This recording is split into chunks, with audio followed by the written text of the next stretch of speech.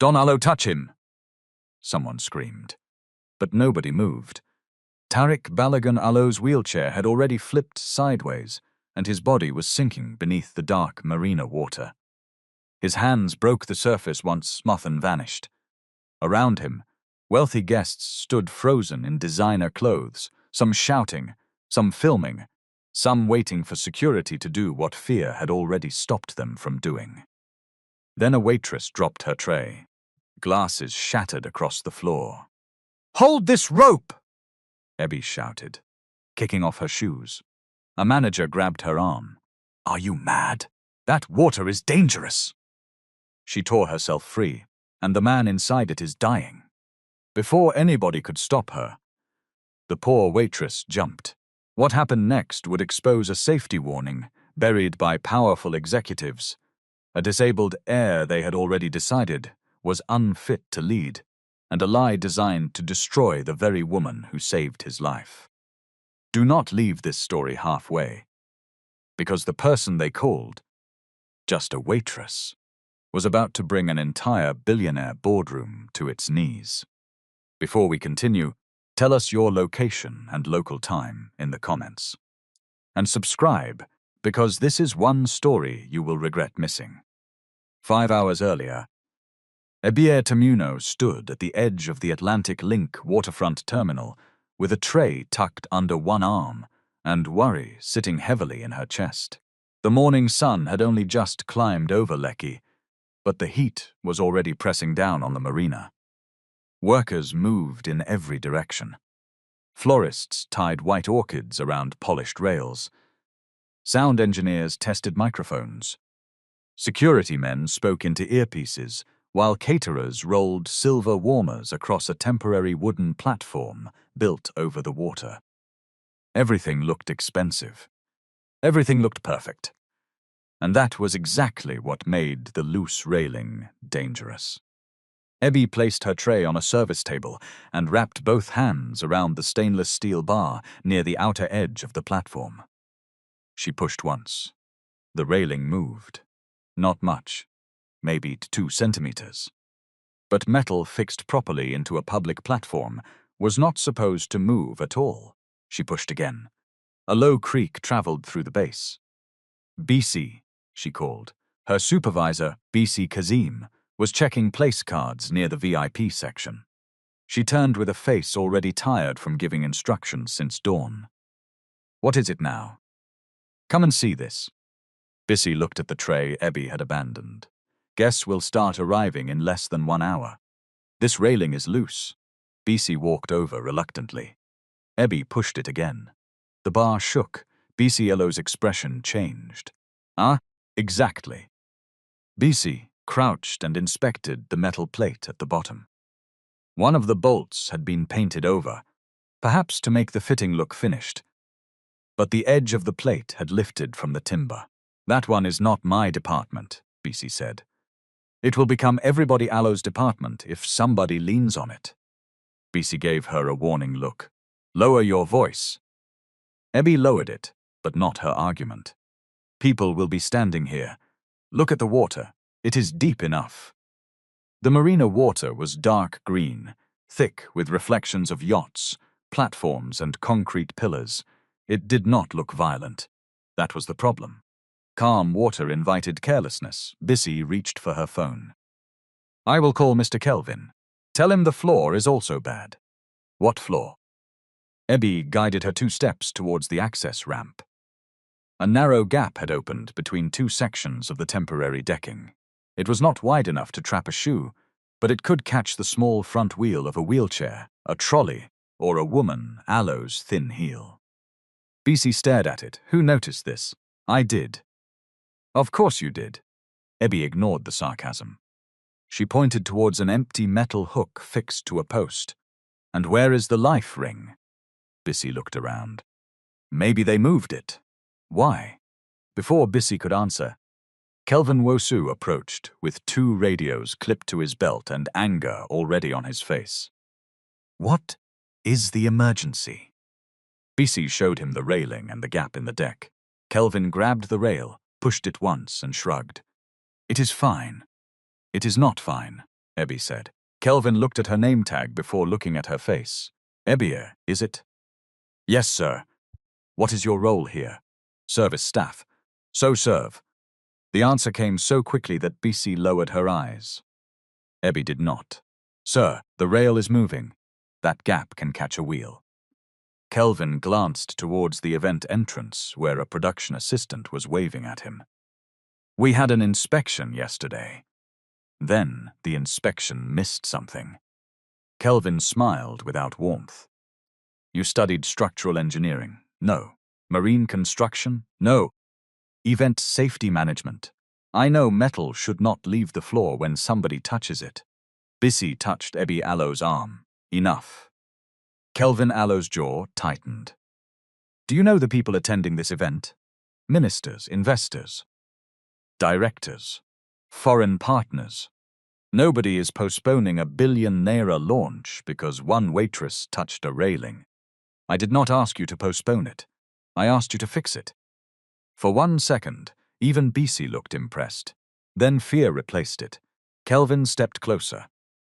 Listen carefully. If any guest hears you discussing danger at this venue, you will leave before the first bottle of water is served. Do you understand me?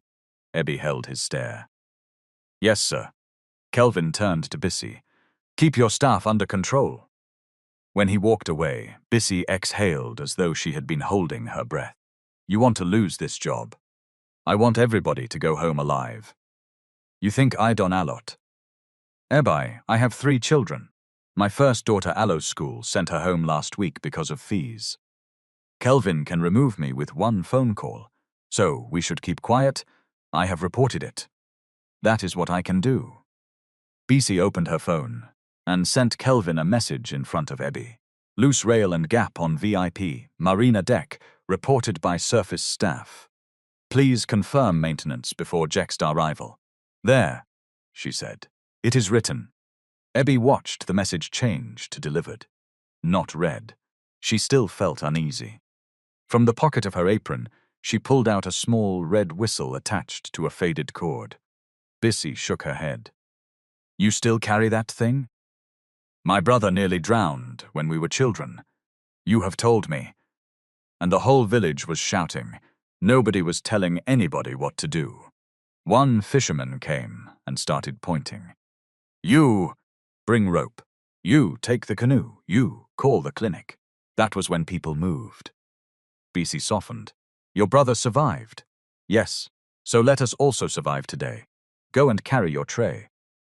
Ebby obeyed, but as she passed the empty life ring hook, she looked behind a decorative screen and found the orange ring lying flat beside spare flower stands. She picked it up. A stylist rushed over. Please, Don Allott, put that there. That is where it belongs. It is blocking the photo line. It is a safety device. The executive producer said all orange equipment should be removed from visible areas. Ebby stared at her. If somebody falls into the water, will the executive producer throw flowers? The stylist rolled her eyes. Take it to the service area if you like. Just Don Allott, hang it there. Ebby carried the ring behind the nearest drink station and hid it beneath a white tablecloth, leaving the rope accessible. She told herself she was being dramatic. She hoped she was. By 10:00, the marina no longer looked like a construction site. It looked like wealth had landed on water. Black vehicles arrived in a steady line. Men in tailored agbadas and dark suits stepped out with wives wearing sculpted jail and jewelry that flashed under the sun. Camera shutters clicked. A saxophonist played near the entrance. Waiters moved with champagne, juice, and small plates of grilled prawns. Ebby worked quietly. She had learned that rich people often looked through service staff as if trays carried themselves. Some guests smiled. Others clicked their fingers. One man placed an empty glass on her tray without looking at her, though the tray was already full. Near midday, a convoy entered the marina. The noise changed. Reporters moved towards the arrival carpet. Security officers closed ranks. BC whispered, "That is him." Tariq Balogun emerged from the second vehicle. He was not carried out. He opened the car door himself, transferred into a sleek black wheelchair, and adjusted his jacket before moving forward. Ebi had seen his photograph online. The newspapers usually chose formal pictures where his expression looked carved from stone. In person, he looked younger than 35 until he raised his eyes. Those eyes made people stop smiling foolishly. He wore a navy suit and a white shirt without a tie. His chair had angled wheels and a compact frame, built for speed and control rather than hospital corridors. A communications officer hurried beside him. "Sir, we have prepared an assistant for the ramp. I can use the ramp." "Of course, sir. I know what you meant." He pushed forward. The crowd welcomed him with applause. Some of it sounded sincere, some sounded staged. A woman in a silver dress leaned towards her companion and whispered, "They still want to make him CEO." Her companion answered, "His father Elo's shares are enough. Ability is another matter." They did not notice Ebis standing behind them. Tariq reached the first display stand, where a government official shook his hand and said loudly, "You are such an inspiration to all of us." "For coming to my own event?" Tariq asked. The official laughed too loudly. No. I mean after everything you have overcome." Tariq Alo's expression did not change. "Today is about transport infrastructure." "Yes, certainly." The official escaped towards the cameras. Ebi almost smiled.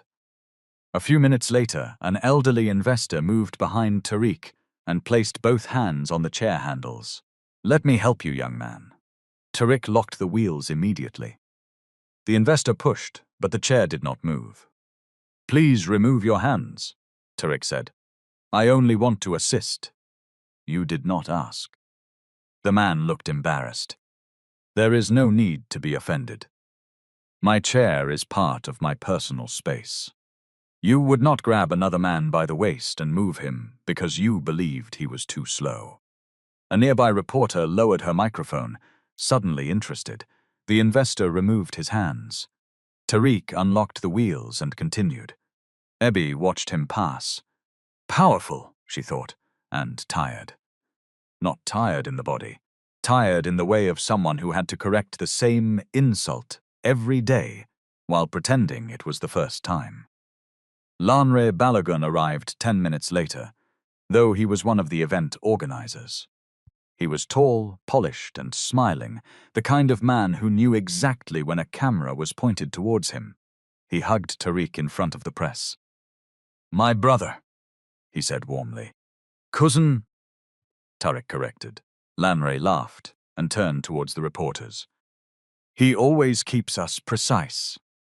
The two men moved towards the model of the new ferry terminal. Ebi was serving bottled water nearby when she heard Lanre say, "You should let Ade push you across the outer platform. The press is gathering there." "I don't need Ade to push me. The ramp is temporary. I reviewed the access specifications." Lanre glanced at the chair. "Specification and real life are not always friends." Tariq looked up at him. "That is why specifications exist." Lanreo's smile remained, but his eyes went cold. Sade Balogun joined them before the exchange could sharpen. She wore cream silk and pearls, elegant enough to quiet the people around her.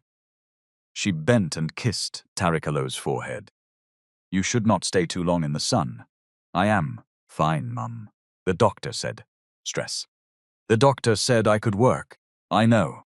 I am only saying." "You are always only saying." Sade straightened. Lanre stepped between them smoothly. "Let us not begin the day with family debate. Tariq, your speech is in 20 minutes. Tariq wheeled away. Said watched him with the worried face of a mother who loved deeply and trusted poorly. Ebi had seen that kind of love before. Her own mother used to hide the canoe paddles after Ebi Alo's brother nearly drowned. She believed that if she controlled every risk, disaster would never return. But life did not work like that. Sometimes love held you so tightly that you could no longer breathe. The event moved towards its main program. Tariq gave a speech about safer, more accessible public transport. He spoke about ferry terminals designed for elderly passengers, pregnant women, people carrying children, and people using mobility devices. Accessibility is not charity, he said. It is competent design. A ramp that serves a wheelchair user also serves a traveler with luggage, a delivery worker with a trolley, and a parent with a pram. When we design for the person most likely to be excluded, everybody benefits. Ebby paused with a tray in her hand. That was not the speech of a man who wanted pity. It was the speech of someone who had spent years studying the difference between sympathy and structure. Applause followed. Lamre clapped the longest. After the speech, the media coordinator announced a group photograph on the outer marina deck. Ebby Allo's stomach tightened. That was where the loose rail stood. She looked towards Kelvin. He was speaking to a politician and laughing. No maintenance worker had come. No warning tape had been placed. The gap in the decking remained. Ebi went to Bissy. They are taking him there. Bissy understood immediately. I sent the message. He has not fixed it. Keep your voice down. I am going to tell them. Bissy grabbed her wrist. Ebby, don Alet. What should I do? Wait until...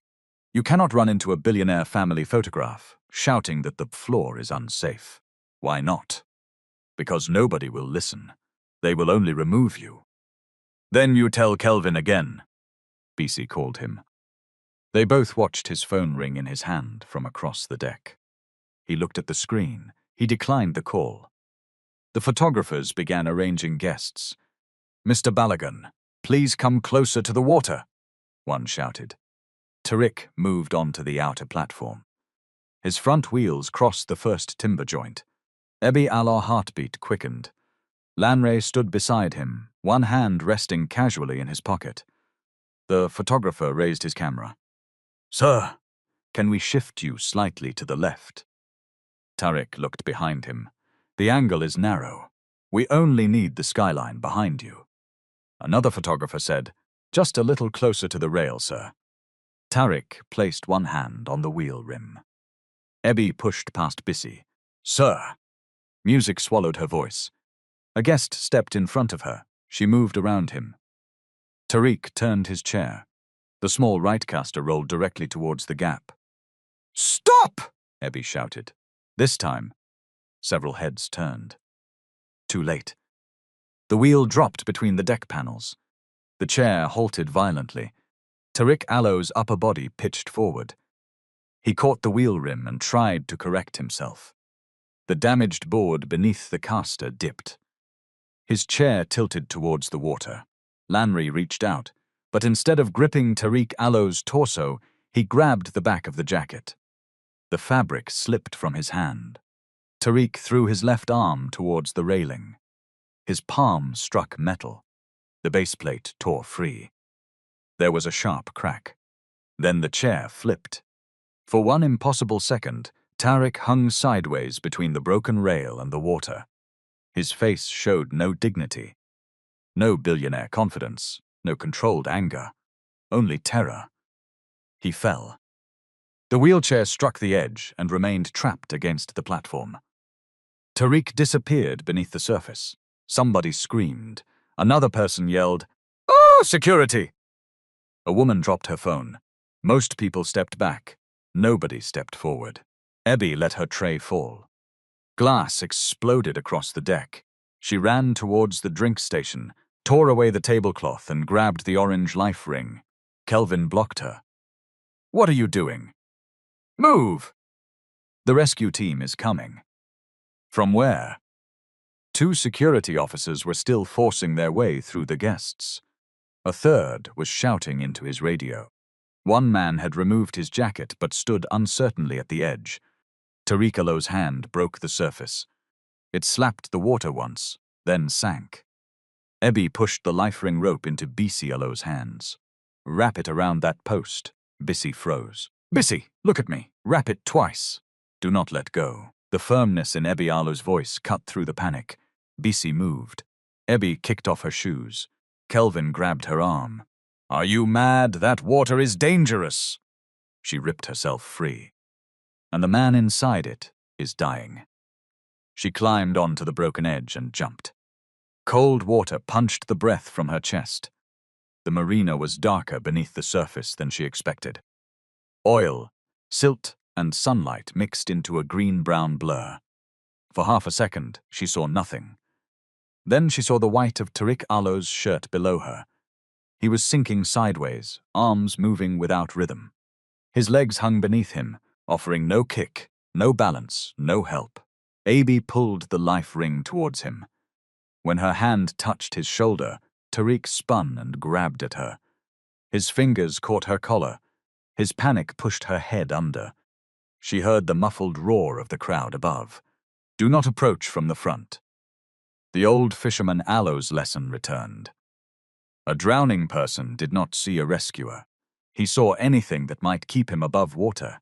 Ebby twisted free, surfaced behind him, and hooked one arm beneath his chin.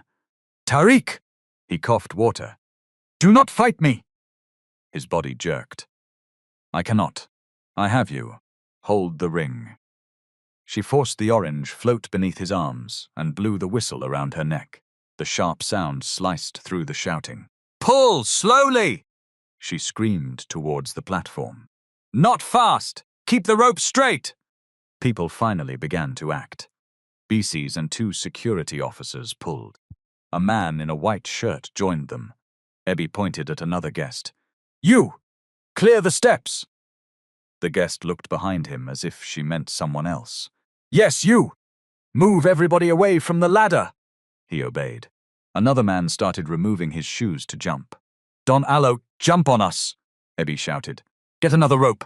Tariq Arlo's breathing became rough. Stay with me, she said. His eyes opened but did not focus. Where is my chair? Forget the chair. My legs? I know, let the ring hold you. The rope tightened. They moved towards the emergency ladder fixed beneath the platform. It was partly blocked by decorative fabric. The guest Ebby had ordered cleared it away. A security officer climbed down 2 steps and reached for Tariq. Support his shoulders, Ebby instructed. Do not pull only by his arms. More hands appeared. For the first time, the crowd became useful. They lifted Tariq onto the deck. He rolled onto his side and coughed violently. Water spilled from his mouth. His chest dragged for air. Someone shouted, Give him space! Ebby climbed after him, soaked and shaking. A man tried to sit Tariq upright. No, Ebby said. Keep him on his side. He is breathing. Are you a doctor? Kelvin snapped. No. Are you? The man stopped moving Tariq. A guest called emergency services. Another found the venue Arlo's medical kit. A doctor attending the event knelt beside Tariq and began assessing him. Ebby backed away. Only then did she notice the blood on her palm where the broken rail had cut her. Only then did she realize hundreds of people were staring. Cameras lifted. Phones recorded. Kelvin walked towards the trapped wheelchair, then looked at the service trolley near the edge. His eyes moved from the trolley to Ebby. What happened before he fell? A reporter asked. Lanrai stepped forward, breathing hard but already composed. There may have been an obstruction, he said. Ebby stared at him. What obstruction? Lanrai pointed towards the trolley. That service cart was moving behind him. It did not touch him. You were pushing it. I left it near the drinks station. Kelvin nodded quickly. I saw her moving fast with the trolley. That is a lie. Tariq coughed again. The doctor told everyone to stand back. Sirens approached from outside the marina. Lanri lowered his voice. This is not the time. You are blaming me while he is still on the floor. I said there may have been an obstruction. The wheel entered that gap. The railing came out. A camera turned towards the damaged deck. Kelvin stepped into the frame. One security. Please control the staff member. Two guards approached Ebby. Bissy moved between them. She saved him. She is also a witness, Kelvin replied. Nobody is arresting her. One guard took Ebby gently by the elbow. She pulled away. Do not touch me. The ambulances arrived. Paramedics rushed through the crowd with equipment. They fitted oxygen over Tariq Allow's face, checked his breathing, and transferred him onto a stretcher. Sadeh knelt beside him, crying without sound. As the stretcher passed Ebby, Tariq Allow's eyes opened. For one brief second he saw her, wet hair across her face, blood on her palm, apron clinging to her body. He tried to speak. The oxygen mask swallowed the words. Then he was gone. The doors of the ambulance closed. The convoy followed. The marina that had been built for celebration now looked like a crime scene. Kelvin ordered the remaining staff into the service area. Collect all phones, he told Bissy. What? No staff member posts anything online. No interviews. No messages. Nothing. You cannot take their phones, Ebby said. Kelvin turned to her. You are finished here. She looked past him towards the damaged rail. A folded sheet of paper lay beneath the coordination table. It was the maintenance checklist where she had written, by hand, loose railing, deck gap, life ring removed. Kelvin saw her looking. He bent down first, picked up the paper, folded it, slipped it into the inside pocket of his jacket. Ebby felt the cold of the marina water return to her bones. The accident had lasted less than 3 minutes. The cover-up had already begun. At St. Nicholas Hospital, Tariq woke to the sound of a monitor and the taste of metal at the back of his throat. For several seconds, he did not know where he was. Then he remembered the deck tilting, the rail tearing away, water closing over his head. He inhaled sharply. Pain caught him beneath the ribs. A nurse appeared beside him. Easy, Mr. Balagun. You are safe. He looked down.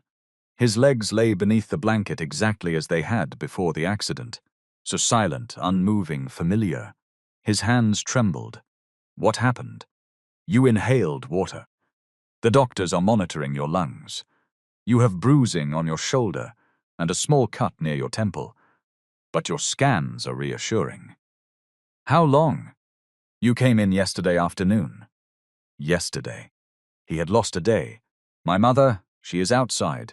Your cousin is also here. The woman who pulled me out. The nurse paused. I don't know, sir.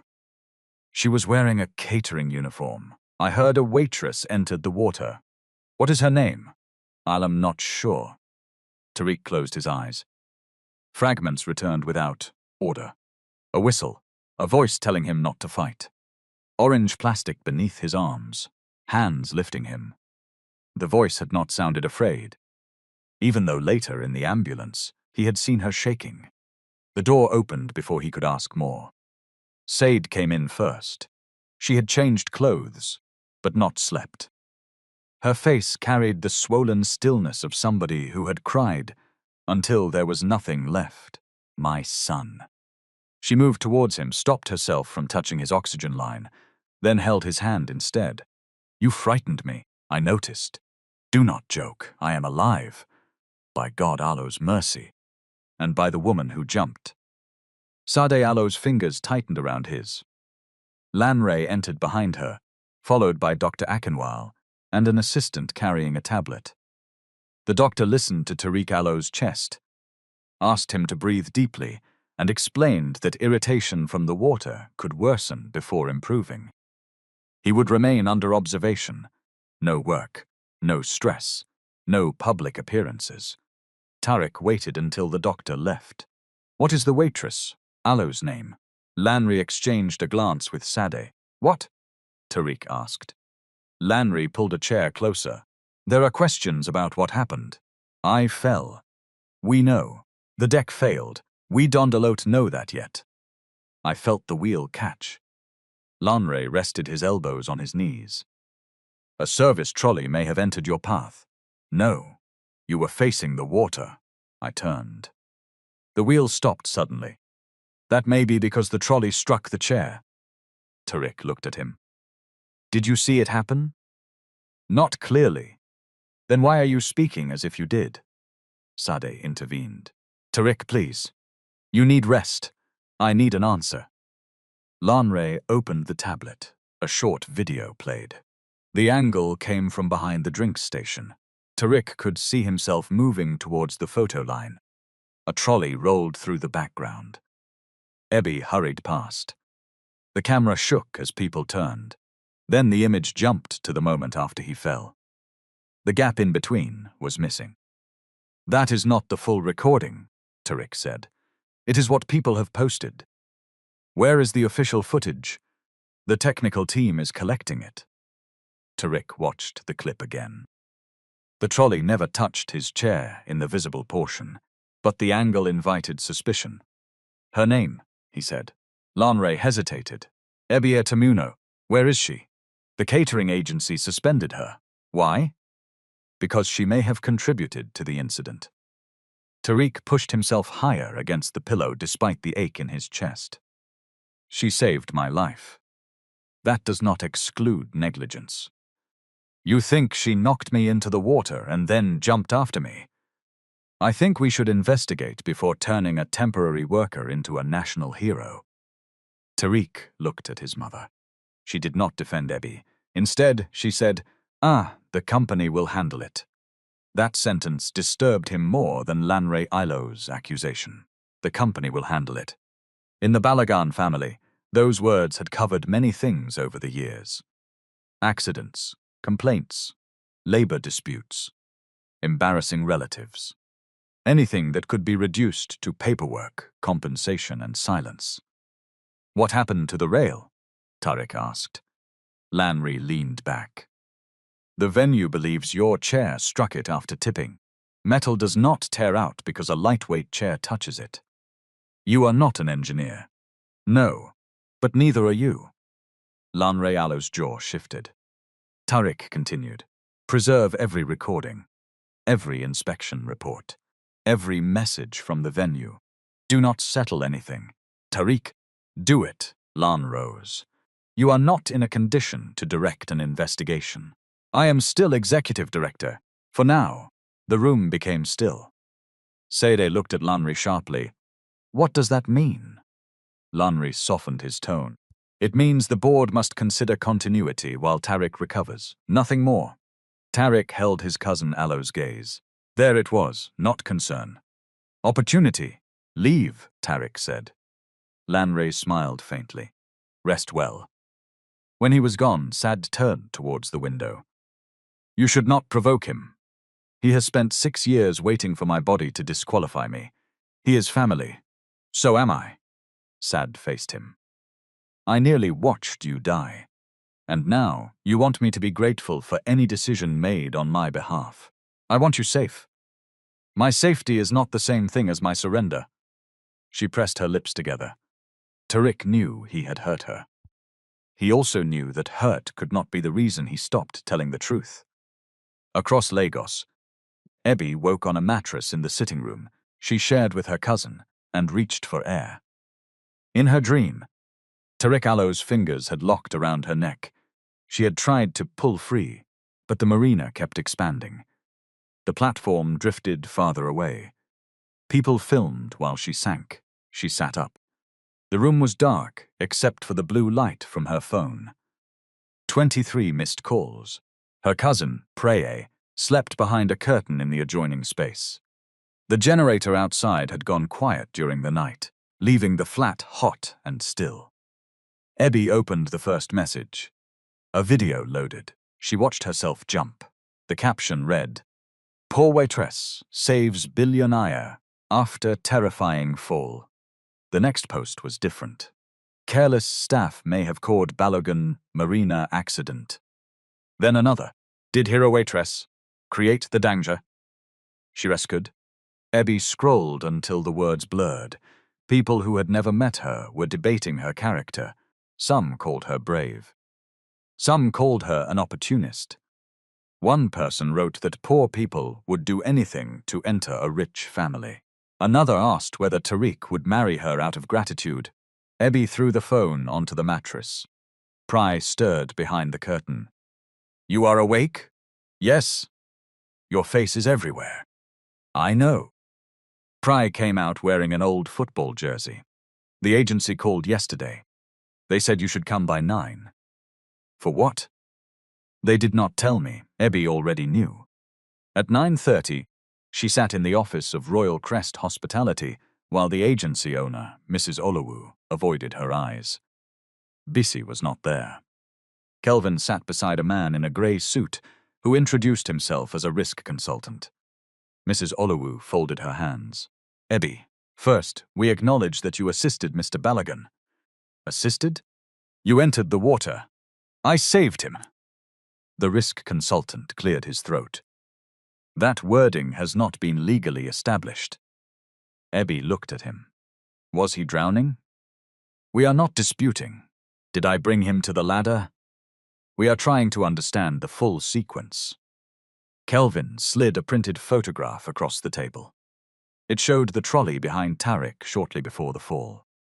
You were responsible for this service cart, he said. No, I was carrying a tray. You had moved the cart earlier. Many of us moved it. A witness saw you push it towards the VIP platform. Which witness? That is confidential. Ebby looked at Mrs. Olowu. Ask Bissy. I was standing beside her when Mr. Balagan went towards the deck. Mrs. Olowu Alo's eyes shifted. What did Bissy say? Ebby asked. She said the situation was chaotic. That is not an answer. The risk consultant placed a document in front of her. Pending investigation, your engagement with Royal Crest is terminated. Ebby read the first paragraph twice. Terminated? Mrs. Olowu finally looked at her. Clients are worried. I entered dirty water to save a client, and we appreciate that. You appreciate me by sacking me? You violated protocol by leaving your station. Ebby laughed once, in disbelief.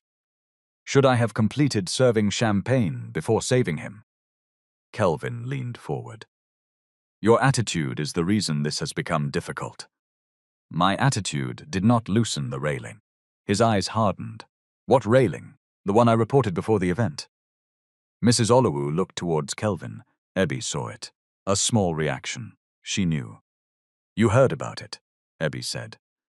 Mrs. Olowu adjusted a pen on the desk. I was told there was a minor observation.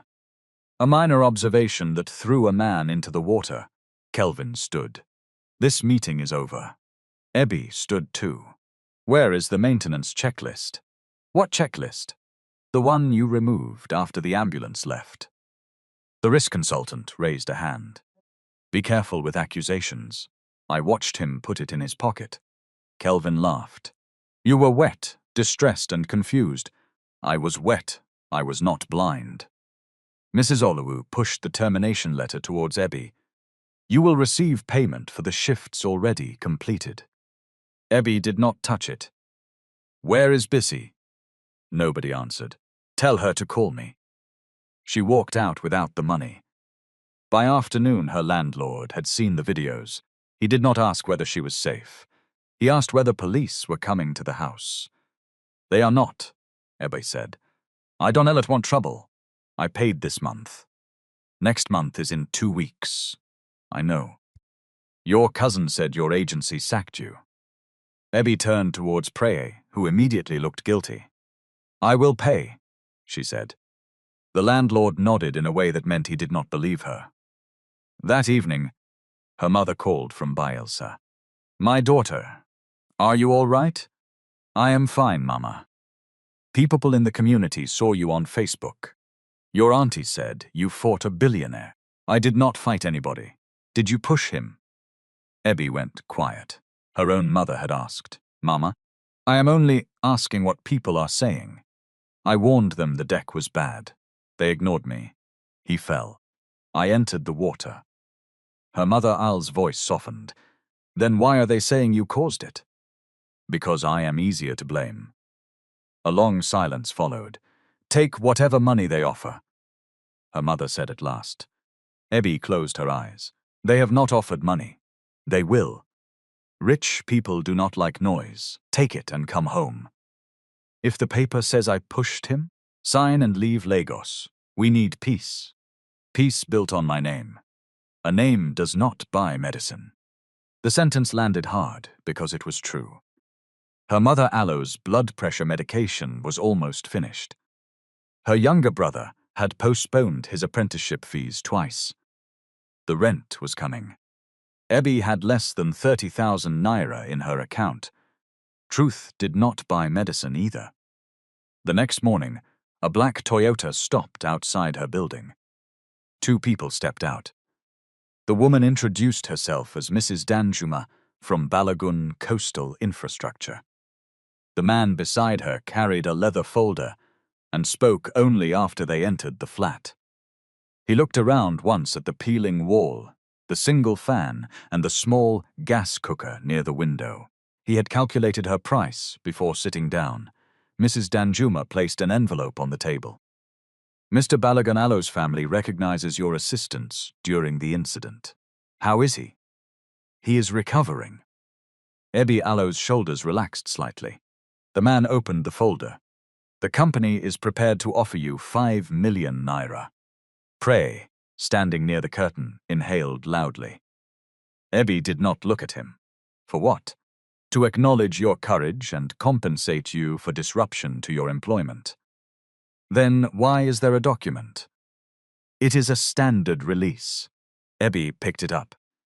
The language was thick, but the meaning was clear enough. She would agree that she had moved service equipment into the restricted area. She would accept that the trolley may have contributed to Tariq Aloe's loss of balance. She would waive claims against the company and venue. She would not discuss the incident publicly. She would return any copies of internal records. Ebby placed the paper down. This is not a thank you. Mrs. Danjuma folded her hands. It protects all parties. It protects you. It protects you from a prolonged investigation. The man spoke for the first time. You should understand the risk. There are videos showing you near the area. The company has no desire to pursue a negligence claim, but public pressure can change decisions. So if I do not sign, you will sue me? I said no such thing. You brought 5 million naira and a threat into my house. At least be honest about both. Prey moved closer. Ebby, maybe we should discuss. No, he lowered his voice. 5 million. I heard. Mrs. Danjuma said, you can support your family. You can rent a better place. You can return to school if you wish. Ebby looked at the envelope. For one dangerous moment, she imagined everything it could solve. Medicine, rent, her brother Elo's fees, a proper bed for her mother. Then she imagined her name fixed permanently beneath the words, negligent waitress. What happens to the broken railing? She asked. The venue is reviewing it. And the gap in the deck. Also under review. The life ring they removed. Mrs. Danjuma Aloe's expression shifted. You knew about that? I found it behind decorations. The man closed the folder slightly. That detail is not relevant. It became relevant when a man entered the water. Mrs. Danjuma leaned forward. Miss Tamuno, a waitress cannot fight a company with 40 lawyers. Ebby Aloe's heart pounded. She pushed the envelope back across the table. Then 40 lawyers will have to explain why a waitress warned them before their billionaire fell into the water. The visitors left without shaking her hand. Pry waited until the car disappeared. Have you lost your mind? Possibly. 5 million naira. I know the amount. We owe rent. I know. Auntie needs medicine. I know. Then what are you doing? Ebby turned towards him. If I sign that paper, every time somebody searches my name, they will say I nearly killed a man. Every employer will see it. Every person who meets me will think the rescue was a performance. People already think that. Then I will not help them prove a lie. Pry sat down and covered his face. Ebby went into the small bathroom and locked the door. Only then did she cry. Not because she regretted refusing. Because doing the right thing had not made anything easier. At the hospital, Tariq was discharged on the 4th day with instructions to rest, monitor his breathing, and return immediately if fever or chest pain developed. He returned to the Balagan home in Ikoyi. By evening, he had asked for the accident files 3 times. Lanry sent him a summary. No raw footage, no inspection report, no staff statements. Tariq called the head of information systems directly. I need the complete archive from the Marina event. There was a pause. Sir, I was told all requests should go through Mr. Lanrealo's office. By whom? Mr. Lanre. I am giving you a direct instruction. Sir, with respect, your access has been placed under temporary medical restriction. Tariq gripped the phone. Who authorized that? The Executive Continuity Committee. I did not know we had one. It was formed after the incident. Of course it was. He ended the call. Sad entered with tea. You are working. I am being prevented from working. You need rest. Did you approve a continuity committee? She placed the tray down slowly. The board needed a temporary structure. Did you approve restricting my system access? The doctors said stress could delay your recovery. The doctors do not control company passwords. Tariq, you nearly drowned. And Lanry used the water before my clothes were dry. Sade sat opposite him. Do not turn every act of concern into an attack. Then stop allowing attacks to wear concern as a mask. She looked away. Tariq softened his voice. Mum, did anyone contact Ebiere? Yes. What did they say? The company offered compensation for saving me, for the entire matter. What does that mean? Sardelo's silence answered. You asked her to sign something. It is standard practice. Did it say she caused the accident? It said her equipment may have contributed. Tariq felt the room narrow. Did she sign? No. A strange relief moved through him. How much? 5 million. He almost laughed. Not because the money was small, because the assumption behind it was enormous. Somebody had looked at her uniform and decided 5 million naira was enough to purchase her version of reality. I want to meet her. That would be unwise. Why? The press already wants to turn this into some ridiculous fairy tale. A billionaire and the waitress who saved him. I am not proposing marriage. I want to ask what happened. The company is investigating. The company is investigating itself. Sade stood. You are emotional. I remember drowning. I think I am allowed a little emotion. This woman may be using your gratitude. She refused 5 million. That does not prove anything. It proves she has more resistance to money than some people in our boardroom. Sade left with the tea untouched. 2 days later, Tariq arranged the meeting without telling his family. His driver took him to a small buka in Yaba, just before closing time. The restaurant had plastic chairs, bright fluorescent lights, and the smell of pepper soup, fried plantain, and bleach. Ebi sat at the far end. She wore jeans and a plain green blouse. Her hair was braided back. No apron, no tray, no cameras. Tariq stopped beside the table. You chose a place with one step at the entrance, he said. Ebi looked towards the door. The owner had placed a portable wooden board over the step after Tariq Allo's assistant called ahead. I did not choose it for the architecture, she replied. He almost smiled. May I sit? You already are. May I join you? She gestured towards the other side of the table. His driver moved to help adjust the chair. Tariq raised a hand. Alouv got it. The driver stepped away. Ebi noticed. Tariq noticed her noticing. For a moment, neither spoke. Then he said, Thank you. You are alive. That is enough. It is not enough for me. It should be. I remember your voice. That is unfortunate, I was shouting. You gave clear instructions. People were waiting for somebody else to become responsible. You knew what to do. I knew some of it. My community organized water safety training after a child drowned. I attended twice. Twice? That is more training than anybody else on that deck seemed to have. He accepted the rebuke. I heard the company offered you money. They offered me blame with money attached. I did not approve it, but your name was on the letterhead. Tariq paused. There was the first uncomfortable truth. Power did not require personal knowledge to act in his name. I am sorry, he said. Ebbi Allo's face tightened. Do not apologize as if you sent the people. My company sent them. Your company also sacked me.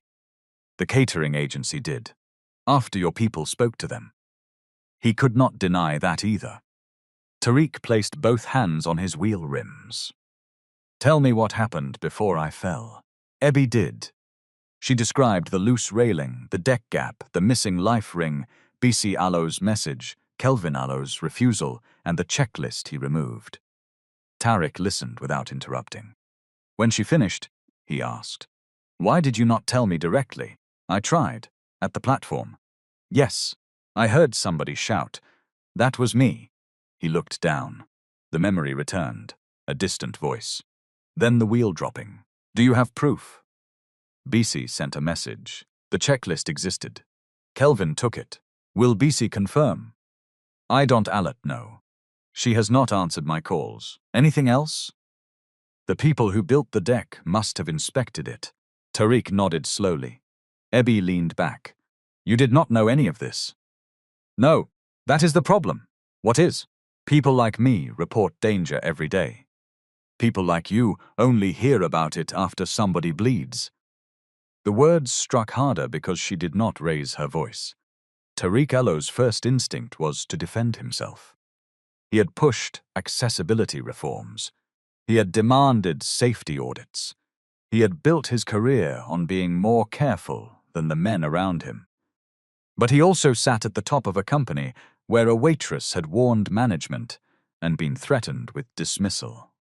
Intentions at the top meant little if fear blocked every message on the way up. You are right, he said. Ebbi looked surprised. I did not say I am personally responsible for every loose bolt, he continued. But I am responsible for believing our reports more than the people working beneath them. That sounds like something written by a lawyer. It is not. Good. Lawyers use longer sentences. A laugh escaped him before his chest objected. He coughed. Ebbi stood immediately. Are you all right? Yes. She remained half-standing. Tariq looked at her. She sat again. Annoyed with herself for reacting, he said, I want an independent investigation. Your cousin will allow that. I did not say I would ask him. His phone vibrated.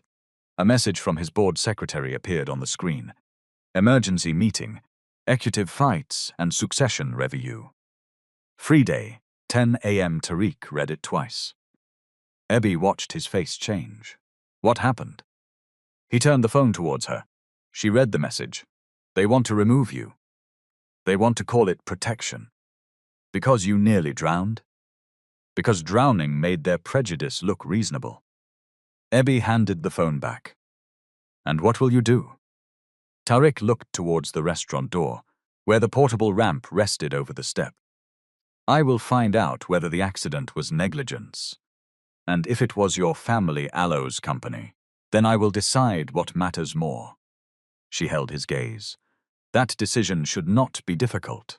No, he said, it should not. But both of them knew that easy morality often became expensive the moment it touched power. Amaka Udair arrived at Tariq Allo's office the next morning carrying no flowers, no sympathy card, and no interest in pretending he was fragile. She rolled a chair away from the conference table before sitting. Tariq noticed. Ok, you moved it without making a performance. Oh, he said. I needed space for you to turn. Most people would have asked whether I wanted help. Did you? No. Then we have saved 10 seconds. Amaka was a corporate lawyer who had spent the last decade working on accessibility, workplace discrimination, and regulatory compliance. Tariq had met her during a transport policy panel where she publicly criticized Balagan coastal infrastructure for building a ferry terminal with a ramp too steep for independent wheelchair use. After the panel, Lanray had called her hostile. Tariq had called her accurate. Now she opened a notebook. "Tell me what you remember." He described the fall, the court wheel, the broken rail, and Ebi Alo's voice. Amaka took notes. "Your cousin says service equipment caused the incident. My cousin also restricted my access to the company system. That is more useful than offensive." "How?" "People hide information when information is dangerous." She asked who controlled the venue, who hired the deck contractor, who approved the event, and who held copies of the footage. Tariq answered what he could. When he mentioned the emergency board meeting, Amaka nodded as though she had expected it. "They will not say a wheelchair user cannot lead," she said. "That would be crude and legally stupid.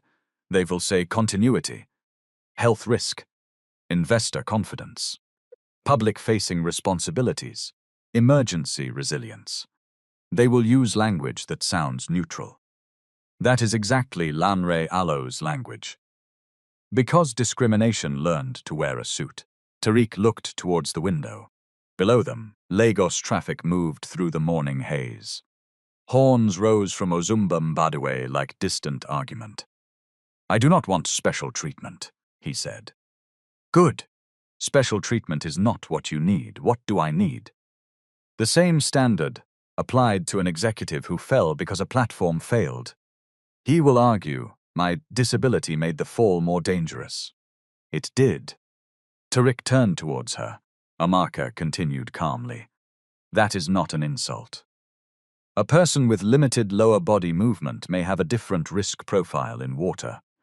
The legal question is whether the organizers knew a wheelchair user would be present and still ignored a hazard that could catch a small caster wheel. They knew. Then your body is not the failure. Their planning is. The distinction settled something inside him. For days, people had spoken as though the accident proved the limitation of his body. But the platform had failed first. The system had failed before that. Amaka closed her notebook. "I need the waitress. Ibir. I need Ibir Alo's full statement. The supervisor Alo's messages, all contractor records, and any private footage from guests. The company controls most of that. Companies control files. They do not control everybody who touched them." That afternoon, Ebi sat in the waiting area of a hotel in Victoria Island for a job interview. The hiring manager kept her waiting 40 minutes.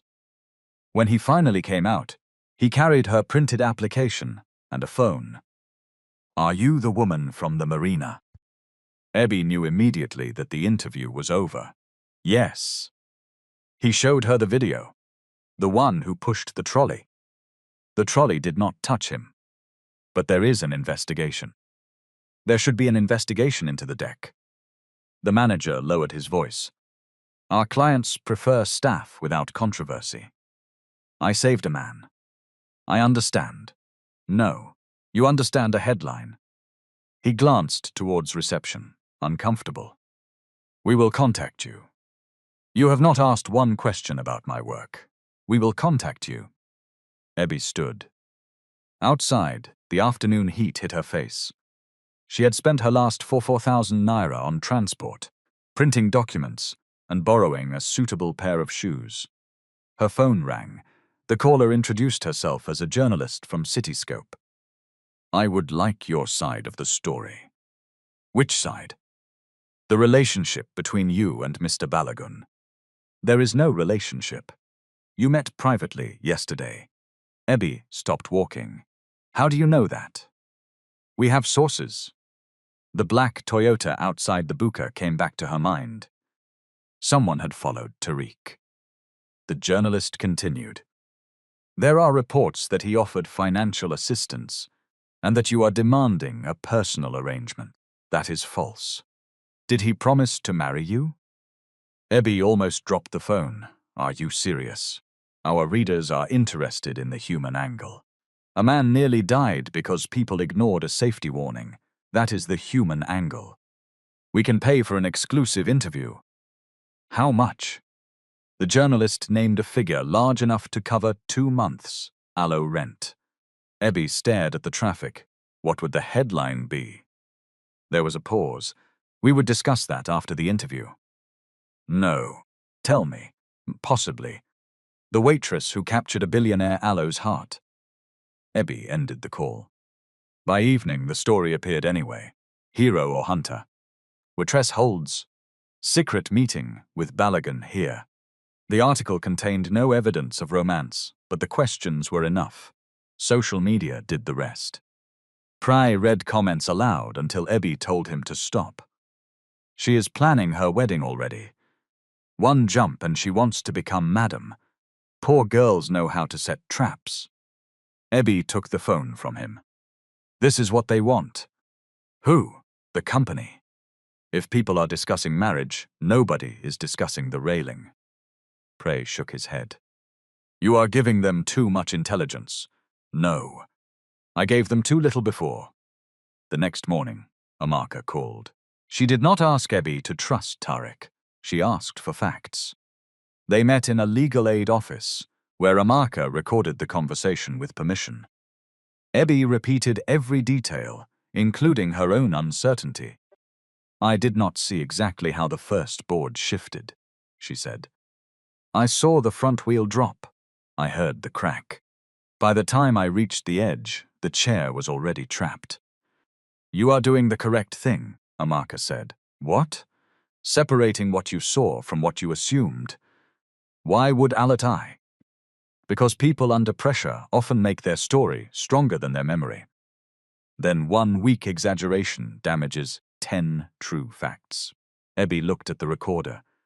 So I should only say what I know. Exactly. Truth does not need decoration. Amaka asked about Bissy. She has refused to speak to me. Did you see her send the message? Yes. Do you know the number? No. Did she read it aloud? No. But I saw the words. Good. They found Bissy that evening outside her children Aloe's school in Surulere. She looked as if she had aged in 1 week. When she saw Ebby, she stopped. I told you not to come here. You did not answer my calls. Because I have nothing to say. Amaka introduced herself. Bissy shook her head immediately. I cannot help you. You sent Kelvin a message about the railing, Ebby said. I send many messages. You showed it to me. I don't a lot remember the exact words. Ebby stared at her. Bissy, leave me alone.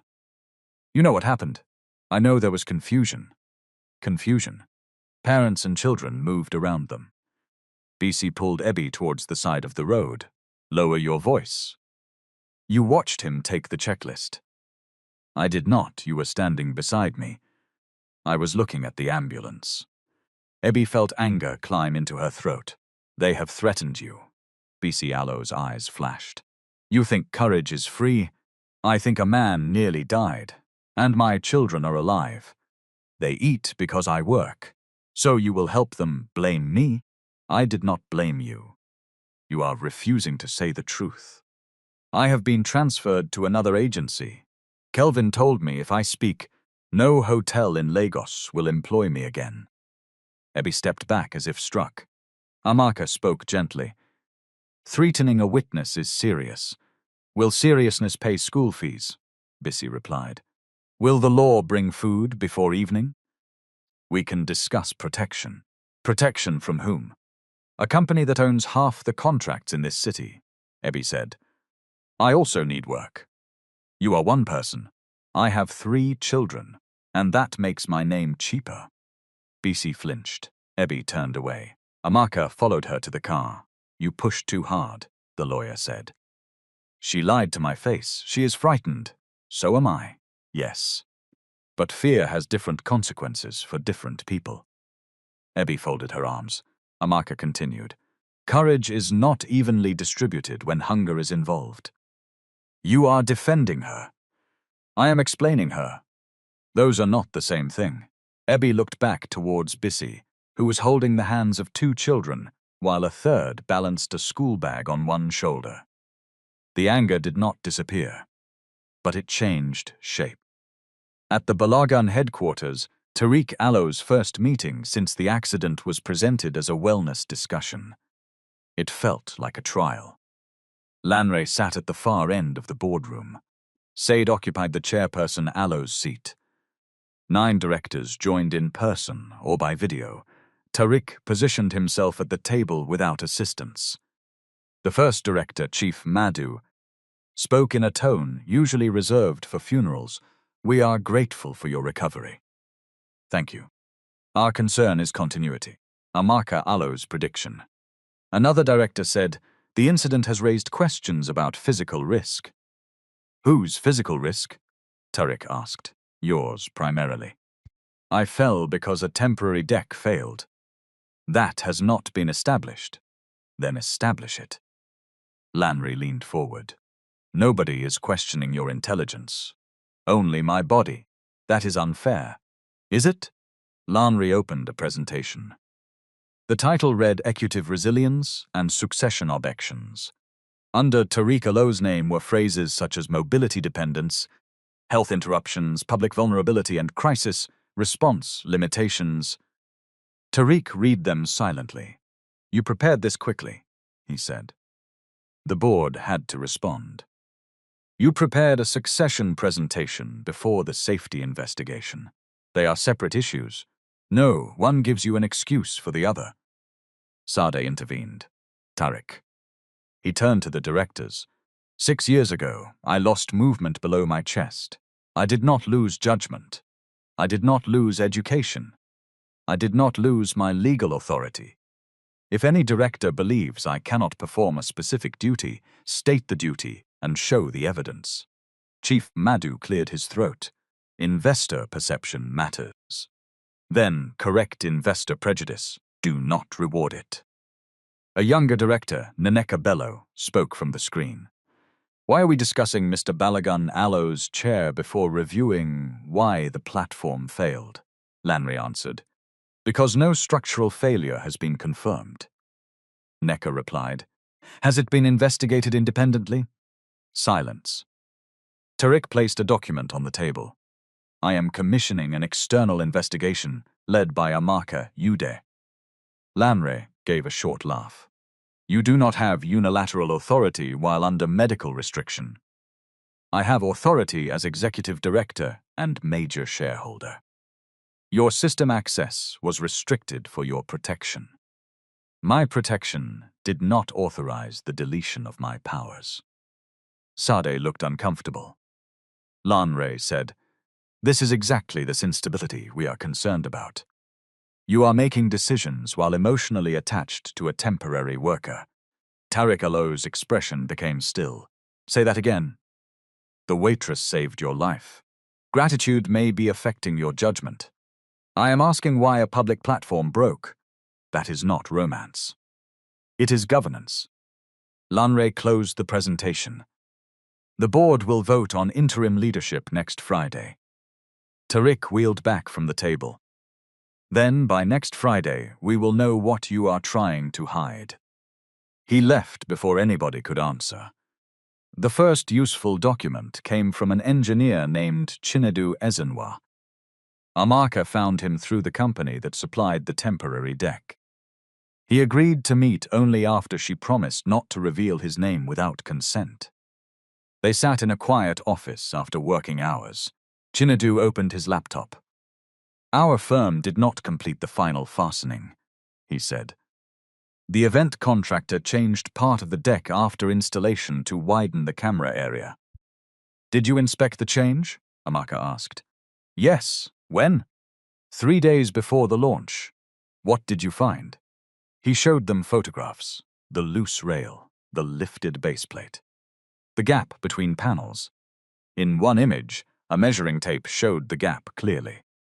Tariq stared at the small opening that had nearly killed him. "What did you recommend?" "Close the outer platform. Refasten the rail. Replace 2 boards. Add edge protection and restore the rescue equipment." "Who received the report?" Chinedu opened an email chain. Kelvin Wasu, Lanre Balagun, the event producer. The subject line read urgent, deck safety non-conformance. Lanre Allo's reply appeared beneath it. Proceed with cosmetic correction. No delay. Is authorized. Ensure area is presentable before Friday. Tariq read it twice. Did you explain cosmetic correction was not enough? I replied that the area should be closed. And? No response. Why did your company allow the event? Chinedu Allo's face tightened. We were subcontractors. The main contractor had authority over access. You could have called regulators. I could have. Why did I let you? My managing director said we would lose every Balagun contract. Amaka said, do you still have the original email? Yes, but yesterday, the copy in the shared project portal disappeared. Tariq looked at her. Amaka Allo's eyes sharpened. Can you preserve this device and export the headers? Chinedu nodded. Will you testify? His hesitation lasted too long. I need to speak with my employer. Tariq said, your report was correct. That does not protect my job. No, it should have protected everybody at the event. Chinedu looked ashamed. Tariq knew the feeling. On the way out, Amaka said, we have evidence. We have a private email and a frightened engineer. We have enough to dig. Tariq stopped near the lift. If this becomes public, the Atlantic Link project could lose financing. Yes, thousands of jobs are connected to it. Yes. The share price will fall. Probably, my mother will say I am destroying my father Allo's legacy. Possibly. Tariq looked through the glass wall at the city lights. For years, Balagun Coastal Infrastructure had been more than a company.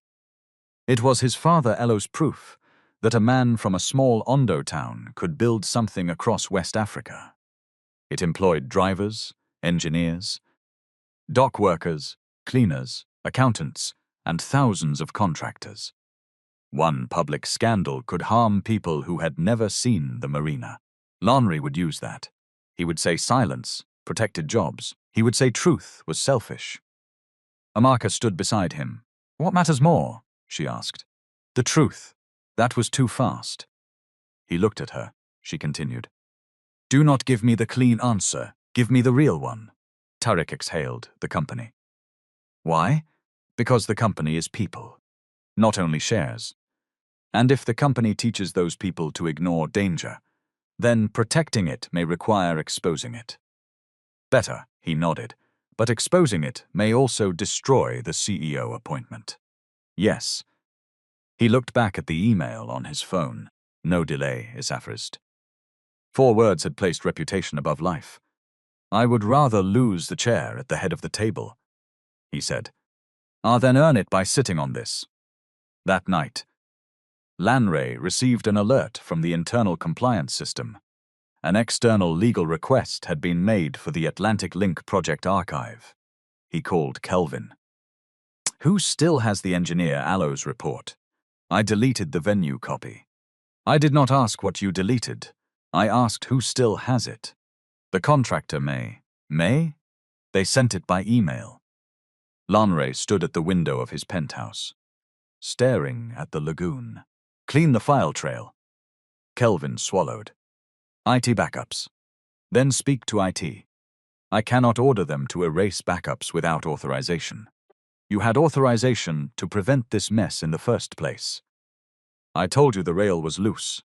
And I told you to make the area presentable. Kelvin Allo's voice dropped. You told us not to delay. Lanre became quiet.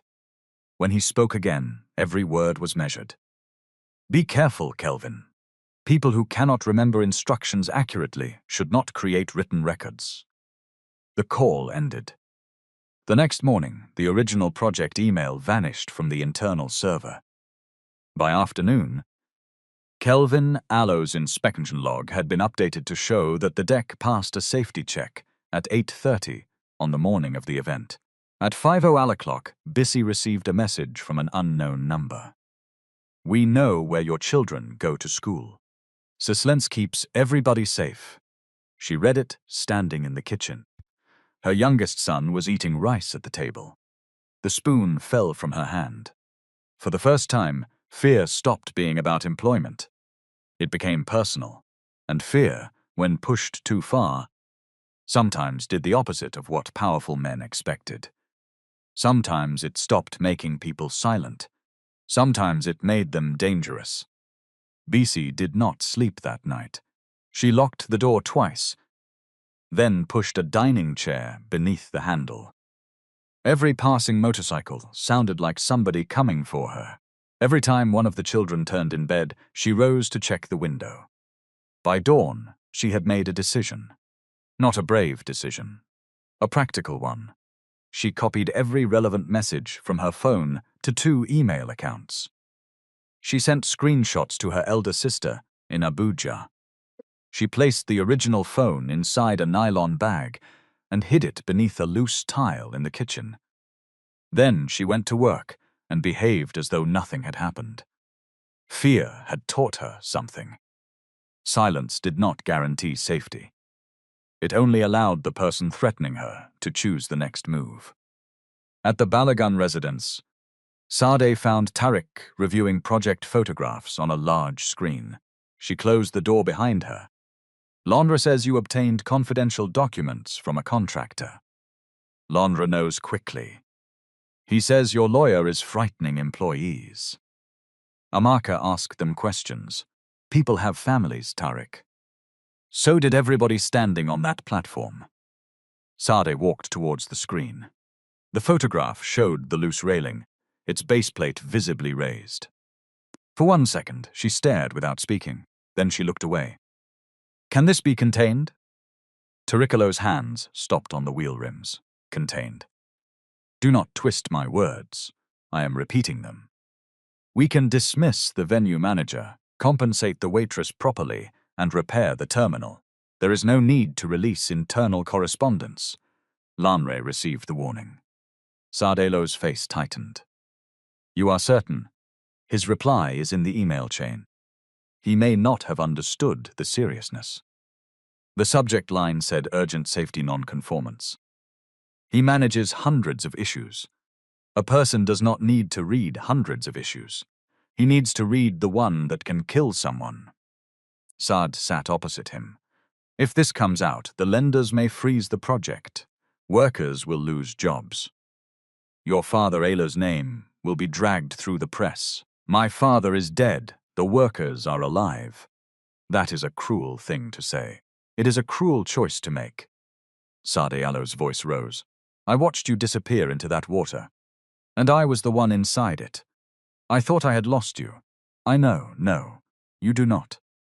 Since your accident, every time you leave this house, I imagine another call, another hospital, another doctor telling me your life has changed again. Tariq Alo's anger softened, but he did not surrender. Mum, I know you love me. Then why do you fight me? Because love is not permission to control me. I am trying to protect you. You are not protecting me when you decide what truth I am strong enough to face. Sade looked as though he had slapped her. Tariq continued quietly. When I first came home after the spinal injury, you answered questions doctors asked me. You moved my chair without asking. You told visitors not to discuss business because I needed peace. You meant well. But every time you decided for me, you made my world smaller. Tears filled her eyes. I did not know what to do. You could have asked. The room went silent. Outside, a gardener started a machine. The sound rose and fell beyond the glass. Said looked at the photograph again. If you expose this, Lonre will say your judgment is compromised by the waitress. He already has, and the board may believe him. Then, I should not lead that board. You have worked for this position for years. I worked to lead a company worth respecting, not to inherit a lie. Sade stood slowly. At the door she paused. Your father once delayed a port opening because a crane inspector refused to sign the certificate. Tariq looked up. Lanre called him old-fashioned, she said. Your father replied that funerals cost more than delays. Then you know what he would do. Saad did not answer, but she left the door open behind her. Lan Rallo's next move came through the media. A television station received an edited audio clip of Ebby speaking to the Cityscope journalist. Only one question and one answer remained. How much? The clip ended there. By evening, presenters were asking whether Ebby had demanded money for her story. An anonymous company source claimed she had rejected a generous settlement because she wanted a larger personal benefit from Mr. Balagun. The phrase spread. Larger personal benefit. It sounded respectable enough to hide the filth beneath it. Outside the small supermarket near her building, two women recognized Ebby. One lifted her phone. That is her. Ebby kept walking. The second woman called, Madam Billionaire. They laughed. A young man stepped into her path. Sister, teach us how to catch rich husband. Move. Just answer one question. He pushed his phone close to her face. Ebby slapped it aside. The phone fell but did not break. Immediately, the man shouted, She attacked me. More phones appeared. Prey pulled Ebby away before the scene became worse. At home, she paced the small room. They will make any reaction look like guilt. Prey picked up the remote, then put it down again. Maybe you should leave Lagos. And let their story become the only story. What else can you do? Ebby looked at the wall where dampness had spread beneath the paint. She was tired of being told survival meant disappearing. Her phone rang. It was Tariq. I saw the clip. They cut it. I know. Do you? I heard the journalist Al's full recording. Ebby stopped pacing. How? Amaka contacted her editor with a legal preservation notice. They produced the source file. Will they release it? Not without pressure. Then make pressure. I want to issue a statement tonight. What will you say? That the allegations against you are false. Ebby considered it. No. Tariq paused. No? If you defend me, they will say, I am using you. They will turn it into romance again. I cannot remain silent while they destroy your name. Then speak about the deck. Speak about the investigation. Do not speak for me. He did not like the instruction. That was precisely why he respected it. All right, he said. What will you do? I will speak for myself. Amaka arranged a short press briefing outside the legal aid office the next morning. There was no decorated stage, no paid audience, no company logo. Ebby stood behind a plain lectern with BCO's absence, sitting heavily in her mind. Cameras turned on. Questions came immediately. Did you request money from Mr. Balagun? Are you in a relationship? Did your trolley strike the wheelchair? Ebby raised one hand. I will not answer rumors one by one, she said. I will give facts. The shouting quieted. At approximately 8 in the morning on the day of the event, I reported a loose railing, a gap in the deck, and a missing life ring to my supervisor. My supervisor contacted the venue manager. I later saw Mr. Kelvin Nwasu refuse her call while Mr. Tariq Balagun was being moved towards the same platform. A reporter called, Do you have proof? I saw the message being sent. The company and phone provider can preserve it. Did you cause the fall? No, the front wheel entered a gap between deck boards.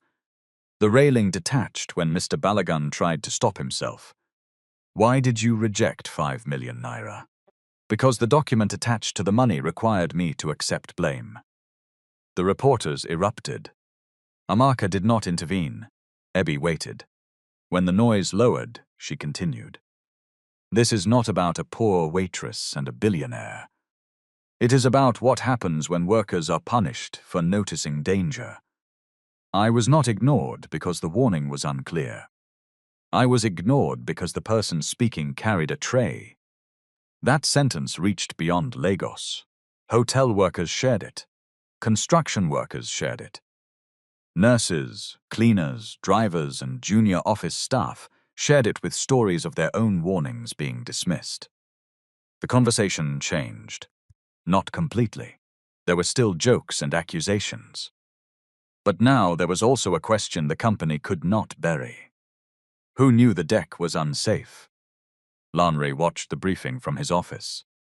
Kelvin stood opposite him. You said she had no evidence. She does not. She has a timeline. A timeline is not evidence. It becomes evidence when records match. Kelvin Allow's hands trembled. Lanre noticed. Control yourself. I received a call from the contractor. Their engineer is speaking to a lawyer. Then remind the contractor who pays them. They are afraid of criminal liability. Lanre walked around the desk. You are the venue manager. The inspection log shows the deck was safe at 8:30. It was changed after I signed. Was it? Kelvin looked at him. Lanre Allow's tone remained quiet. Memory is important, especially when documents exist. Kelvin understood. He was no longer a partner in the concealment. He was the container prepared to hold all of it. That evening, BC appeared outside Ebby Allow's building. She wore no makeup and carried a grocery bag. Prey opened the door, but did not invite her in. Ebby came from behind the curtain and stopped. For several seconds, neither woman spoke. Then BC placed the grocery bag on the table. Inside was a phone, a flash drive, and a folded printed photograph. What is this? Ebby asked. The truth I was too afraid to carry openly. BC showed her the threatening message. Ebby read it twice. They mentioned your children. Yes. Why did you come here? You should go to the police. I will. But first, I needed copies outside my house. She unlocked the phone. The message to Kelvin was still there. Delivered at 8:07 a.m. Read at 8:12. His response at 8:14 said, Noted. Do not discuss with guests. Maintenance will handle. Maintenance had not handled it. Busy opened another file. A voice recording played. Kelvin Allow's voice was clear. No warning tape. No ugly equipment in the VIP photographs. If the rail looks loose, keep guests away until the speech is done. We cannot embarrass the company today. Ebby looked at BC.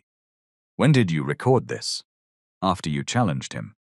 I thought if anything happened, he would blame the service staff. He did. I know. The photograph showed the life ring placed behind the decorative screen before Ebby moved it. BC sat down. I lied. Yes, I told Amaka I could not remember. Yes, I was afraid. I was afraid too. I know. Ebby Allow's anger returned, but it no longer felt clean. Bissy had failed her. Bissy had also been threatened through her children. I cannot pretend it did not hurt, Ebby said. I am not asking you to. I may not trust you again. I understand. But you will make a statement. Bissy nodded. And you will tell the whole truth, including why you lied. Yes. Ebby pushed the grocery bag back towards her. Keep the phone. We will make certified copies. Bissy looked up. You forgive me? Not yet. It was the honest answer. Bissy accepted it. Amaka worked through the night, preserving the records. By morning, she had sent legal notices to the phone provider, the venue, the catering agency, the contractor, and the event production company. One response came unexpectedly fast. The company that filmed the launch said its raw camera feeds had never been uploaded to the Balagan server because the final invoice remained unpaid. They still had the original drives. Lanre had controlled the edited media package. He had not controlled the cameras themselves. Amaka and Tariq watched the footage in a small studio. 4 angles, uninterrupted. The first showed Ebby reporting the railing to BC. There was no sound, but the gestures were clear. The second showed Kelvin testing the rail and dismissing them. The third showed the life ring being removed from its hook at the direction of the stylist. The fourth captured the fall. Tariq watched his own body pitch towards the water. He watched Lanre reach too late. He watched the caster wheel fixed in the deck gap. He watched the railing tear free. The trolley remained more than 3 meters away. Ebby ran from behind the service station. No contact, no obstruction, nothing ambiguous. Then came the part Tariq remembered only as fragments. Guests stepped back, phones lifted. Ebby gave the rope to Bissy. Kelvin grabbed her. She broke free and jumped. Tariq watched himself disappear beneath the surface. His hands tightened on his wheels. Amaka stopped the video. "Do you need a break?" "No. You do not have to prove anything by watching." "I said no," she resumed. After the ambulance left, another camera continued recording the platform. Kelvin picked up the checklist, folded it, put it inside his jacket. The studio became completely silent. Tariq spoke first. "Make copies." "We already are." "Send one to the board." "Not yet." He looked at her. Amaka pointed to the timecode. "We have the incident. We still need the deletion trail. Otherwise, Lanre can sacrifice Kelvin and claim ignorance." Tariq understood. Kelvin had taken the checklist. Kelvin had falsified the inspection. But Lanre had received the engineer Allo's report and ordered no delay.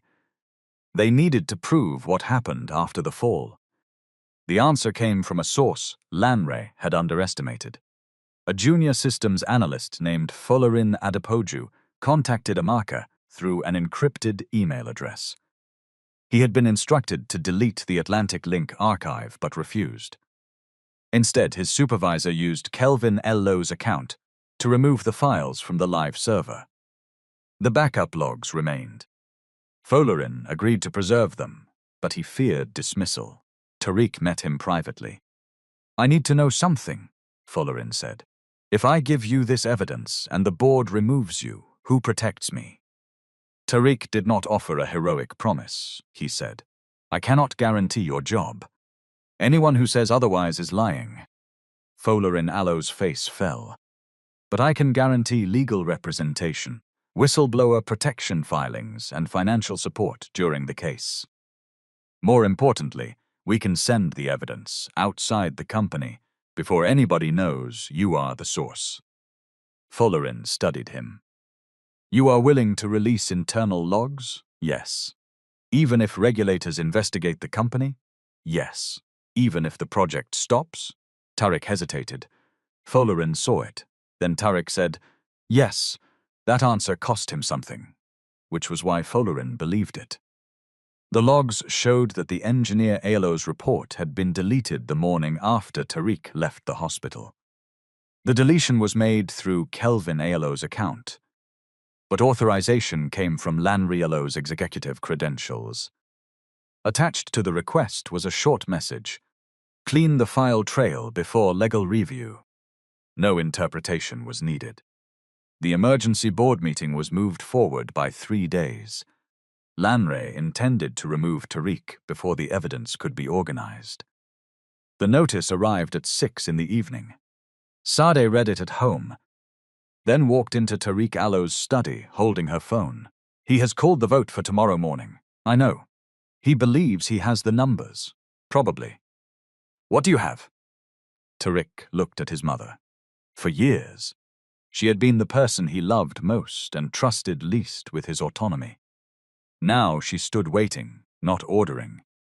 He turned the laptop towards her. She watched the fall. She watched Ebby jump. She watched Kelvin take the checklist.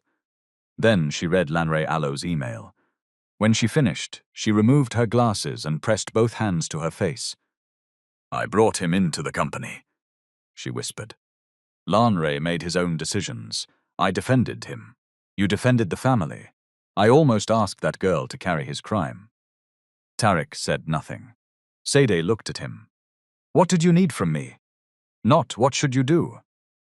Not what will the family say? What do you need from me?" Tariq answered. "Do not protect me tomorrow. Protect the truth." Sade nodded. At 9 the next morning, Abi stood outside the Balagan boardroom in a simple blue dress borrowed from Prey Allo's older sister. Bisi sat beside her, holding a file with both hands. Amaka checked the order of evidence. Inside the boardroom, Lanre was already presenting the motion to appoint himself interim chief executive. He did not know the waitress had arrived. He did not know the full video existed. And he did not know his own words were waiting inside a backup server. Power made some men careful. For Lanre, it had done the opposite. It had convinced him that only important people left evidence. The Balagan boardroom had been designed to make people feel small. The table was carved from a single dark slab, long enough to separate allies from enemies. Floor-to-ceiling windows looked over Lagos. Portraits of former chairmen watched from the walls with the confidence of men whose decisions had never been questioned in that room. Lanre stood beside a screen showing the final slide of his presentation. Interim leadership for stability, confidence, and continuity. He spoke calmly. This is not a judgment on Tariq Allo's intelligence or past contribution. It is a responsible response to changing circumstances. Leadership at this level requires uninterrupted physical presence, reliable public engagement, and the capacity to respond under pressure. Tariq sat opposite him. Under pressure, such as falling through your unsafe platform. Lanre did not look away. The cause of the incident remains under investigation. By whom? The company Allos internal risk team, the same team that offered money to a witness in exchange for accepting blame. Several directors shifted in their seats. Chief Madhu raised a hand. Let us maintain order. Lanre clicked to a chart showing investor concerns. We have received private questions about succession. Markets react to uncertainty. Necabello spoke from the far side of the table. Did investors ask whether our event platform was safe? This meeting concerns executive capacity. It concerns a man who nearly drowned at a company event. You cannot separate the two because separation is convenient. Lanre Allo's smile thinned. Sad sat in the chairperson Allo's seat without speaking. That worried him. He had expected her to interrupt Tariq, to ask for calm, to protect the family image. Instead, she watched. Lanre continued. I propose that Tariq take a 12-month medical leave while retaining his board seat. I will serve as interim chief executive. The safety matter will be resolved separately. Tariq looked around the table. What medical evidence supports 12 months? The board must consider risk. What specific duty can I not perform? This is not about one duty. Then name two. Lanre placed the remote down. We cannot pretend your condition creates no operational limitations. My condition existed last month when you supported my appointment. Recent events have changed perception. No. Recent events gave your prejudice a photograph. Chief Madhu frowned. That language is unnecessary. Amaka, seated behind Tariq, spoke for the first time. It is legally precise. Lanre looked towards her. Counsel was not invited to address the board. She is my counsel, Tariq said. This is an internal governance meeting, and you have 3 company lawyers in the room. Lanre glanced at Sade. Madam Chair, are we allowing this meeting to become theatre? Sade folded her hands. No, she said. We are allowing it to become complete. The door opened. Ebi entered with Bisi behind her. The room changed. Some directors recognized Ebi immediately. Others looked towards Lanre, waiting for an explanation. He gave a short laugh. So the waitress has come to teach the board about governance. Ebi stopped beside Amaka. She did not lower her eyes. No, sir, she said. I came to explain a railing. Governance is what all of you will have to explain. Neka covered a smile. Lanre did not. This is inappropriate, he said. She is a claimant with a financial interest. Ebi replied. I rejected your money. You rejected an initial settlement. Because the paper said, I caused an accident you knew was waiting to happen. Chief Madhu raised his voice. Miss Tamuno, this is a board meeting. You will answer questions through counsel.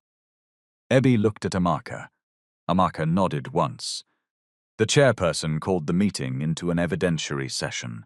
The company secretary began a formal record. Amaka distributed a timeline and copies of preserved documents. Lanre sat down, but his confidence remained. A poor woman with a story was not dangerous. A story without status could be attacked. He began with status. Miss Tamuno, what is your educational qualification? A national diploma in hospitality management. You are not a structural engineer? No. Not an event safety professional? No. You have no professional qualification in marine infrastructure? No. Lon returned towards the directors. Then we should be clear. Her technical conclusions are personal assumptions. Ebby leaned slightly towards the microphone. I do not need an engineering degree to know a railing should not come off in my hand. Silence followed. Lanrio's face tightened. He tried again. You said you warned management. Did you personally send an official engineering report? No. So there was no formal report from you. I reported the danger to my supervisor, as agency staff were instructed to do. Verbally, and in writing through her message. That message has not been authenticated. Bissy opened her file. It has now. All eyes moved towards her. She identified herself, her role and the phone number used that morning. Amaka displayed the preserved message on the screen. Loose rail and gap on VIP marina deck, reported by surface staff. Please confirm maintenance before guest arrival. Time sent 8:07 am. Time read 8:12 am. Kelvin Alo's reply. Noted. Do not discuss with guests. Maintenance will handle. Lanre said. That message was not sent to me. Amaka replied. We will reach what was sent to you. BC Alo's voice shook as she described Kelvin Alo's response. The removed life ring and her own refusal to speak after the accident. Chief Madhu asked, why did you initially deny remembering? Bissy looked down at her hands. I was afraid of losing my work. That affects your credibility. Yes, sir. Her honesty unsettled the room more than denial would have, she continued. I have 3 children. Mr. Kelvin said no agency would employ me if I spoke. Then I received this. The threatening message appeared on the screen. We know where your children go to school. Silence keeps everybody safe. One director cursed beneath his breath. Lanre said. Anybody could have sent that. Correct, Amaka replied. We make no allegation about the sender at this stage. It explains the witness Alo's fear. It does not prove the platform defect. The other evidence does. She played BC Alo's audio recording. Kelvin's voice filled the room. No warning tape. No ugly equipment in the VIP photographs. If the rail looks loose, keep guests away until the speech is done. We cannot embarrass the company today. The recording ended. A director asked, where is Kelvin? The company secretary answered, he was asked to attend but has not arrived. Lanre spread his hands. Then this is a venue management failure. Serious, certainly. But unrelated to executive succession. Tariq looked at him. You are ready to sacrifice Kelvin before he enters the room. I am stating responsibility based on available evidence. Amaka distributed the engineer Alo's report. Chinadu joined by secure video and confirmed the photographs, measurements, and email chain. He explained that the altered deck created a snagging hazard for small wheels, and that the rail base required refastening. Then Amaka displayed the recipient list. Kelvin Wosu, Event Production, Lanre Balogun. The reply appeared beneath it. Proceed with cosmetic correction. No delay is aphorized. Ensure area is presentable before free day. Lanre leaned back. That message referred to the event broadly. Chinadu spoke from the screen. It was a direct response to my safety report. I receive hundreds of emails. The subject line was marked urgent. You copied multiple people. Operational action belonged to the venue. Chinedu Alo's face hardened. I wrote that the outer platform should be closed. Lanre said, and yet your company did not close it. The engineer went quiet. Lanre seized the weakness. This is precisely why technical responsibility cannot be assigned through emotional hindsight. Ebby watched him shift blame from person to person. First the waitress, then Kelvin. Now the engineer. Anybody except the man who had refused delay. Amaka turned towards the screen operator. Play camera 4. The full footage began. The board watched Ebby bring BC to the railing, watched Kelvin test it, watched him dismiss them, watched the life ring removed, watched guests gather on the deck. Then the caster wheel entered the gap. The board shifted. The damaged board dipped. Tariq reached for the railing. It tore free. He fell. The trolley stood nowhere near him. No debate remained. The footage continued. Several guests stepped backwards. One raised a phone. A security officer looked towards his supervisor. Ebby ran. She exposed the life ring, forced the rope into BC Alo's hands and jumped. In the boardroom, nobody moved as they watched Tariq disappear beneath the water. Even Tariq found it difficult to breathe. He felt the marina close over him again. Then Ebby Alo's voice came through the camera microphone. BC, look at me. Wrap it twice. Do not let go. The image showed people beginning to obey, one instruction at a time. A frightened crowd became a rescue team. When Tariq was lifted onto the platform, the camera captured Ebby kneeling nearby, blood running down her palm. Then it captured Kelvin removing the checklist. The screen froze on his hand entering his jacket pocket. Chief Madhu removed his glasses. Naneka asked the question slowly. Why did the person you call just a Waitress Alo identify a fatal risk that our entire executive team ignored? Lanre Alo's face had lost color. He answered carefully. The footage establishes venue negligence. It does not establish a deliberate executive cover-up, Amaka said. Correct. That requires another record. Follerin entered through the side door with 2 external forensic consultants. Lanre stood. Who authorized IT staff to attend? Saad answered. I did. It was the first time she had used her authority openly that morning. Follerin explained the server structure, deletion request, and backup logs. The forensic consultants confirmed that the records had been preserved through automated redundancy. The screen displayed the deletion authorization, Lanre Alo's credentials, Kelvin Alo's account used for execution, the attached instruction, clean the file trail before legal review. Lanre stared at it. That was taken out of context. Tariq almost admired the instinct, even now. Even with his own words filling the wall. What context makes that instruction proper? Naneka asked. There were duplicate files, draft documents, and materials protected by privilege. Amaka said. The deletion targeted the engineer Alo's safety report.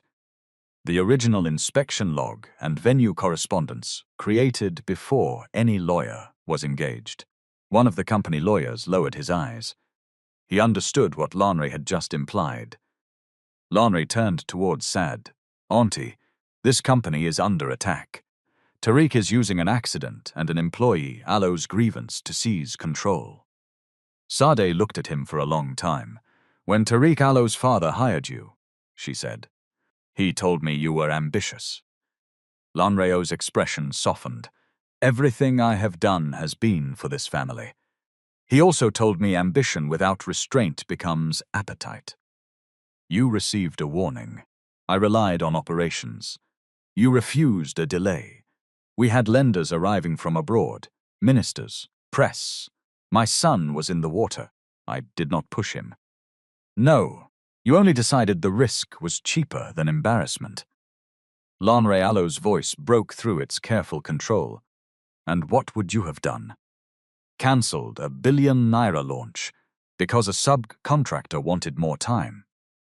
Do you know how many contractors exaggerate defects to increase fees? Do you know what delay would have cost? Sardalo's answer was quiet. Less than a life. Lanre looked around the table. He saw no rescue, so he attacked Tariq directly. This company cannot be led by sentiment. Look at him. Since the accident, every decision has revolved around that woman.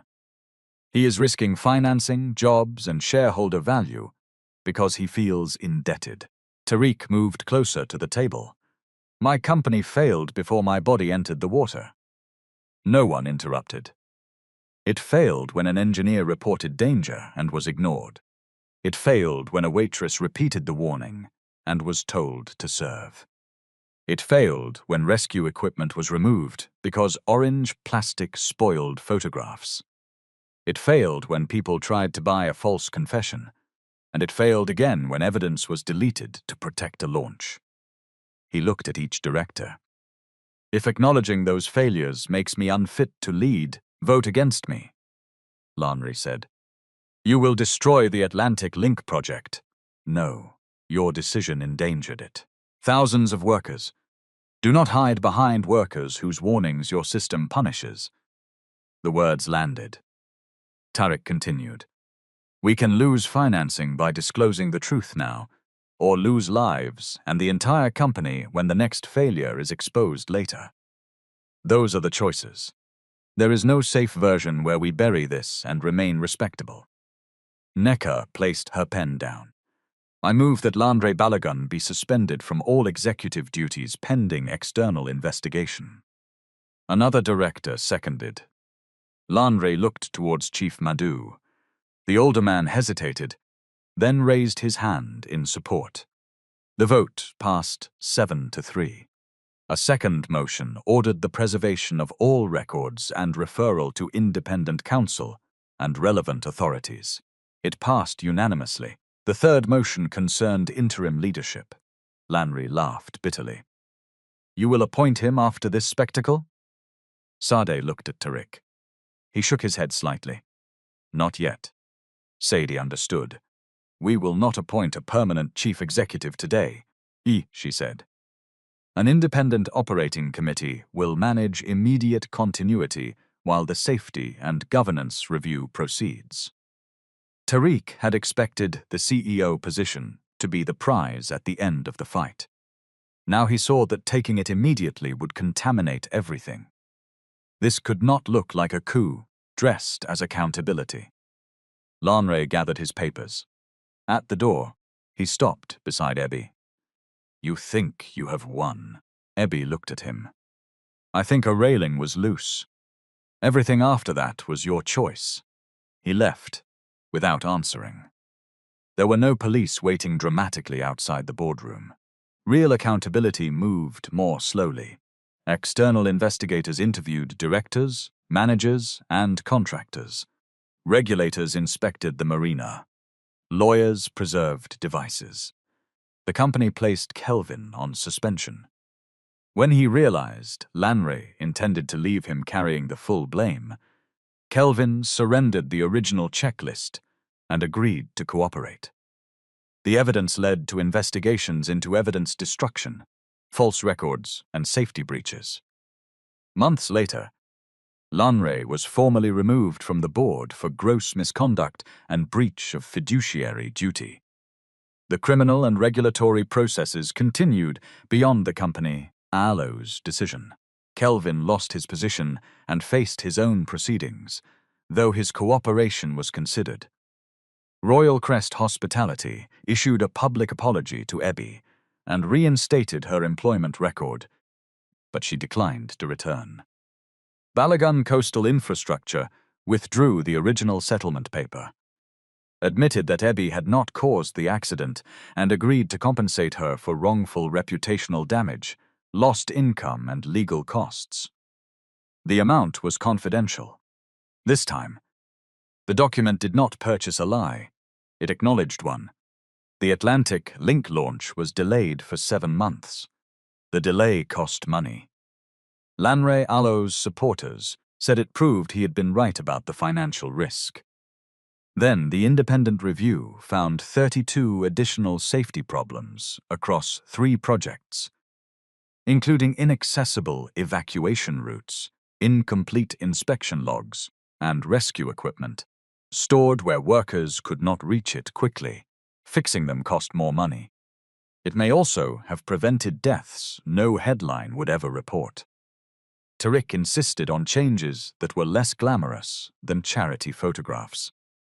Anonymous hazard reporting, protection against retaliation, direct escalation channels from frontline workers to an independent safety office, mandatory water rescue awareness for marina staff, first aid and emergency coordination training, accessible routes reviewed by actual users of mobility devices, not only architects. No removal of life-saving equipment for aesthetic reasons. No executive power to delete safety records. At the press conference announcing the reforms, a reporter asked Tariq whether he considered Ebi his guardian angel. He answered, "She is a trained, observant woman who acted when others froze. Calling her an angel may sound kind, but it can hide the practical lesson. She noticed a hazard. She reported it. She knew where the rescue equipment was. She gave specific instructions. Those are human skills. They can be taught." Another reporter asked whether his disability had made the accident unavoidable. "No," he said. "The failed deck made the fall avoidable. My disability affected what happened in the water, but it did not create the gap, loosen the rail, or remove the life ring." For once, the headline carried the correct lesson. Ebi used part of her compensation to settle her family Alo's debts and pay for her mother Alo's treatment. She did not buy a mansion.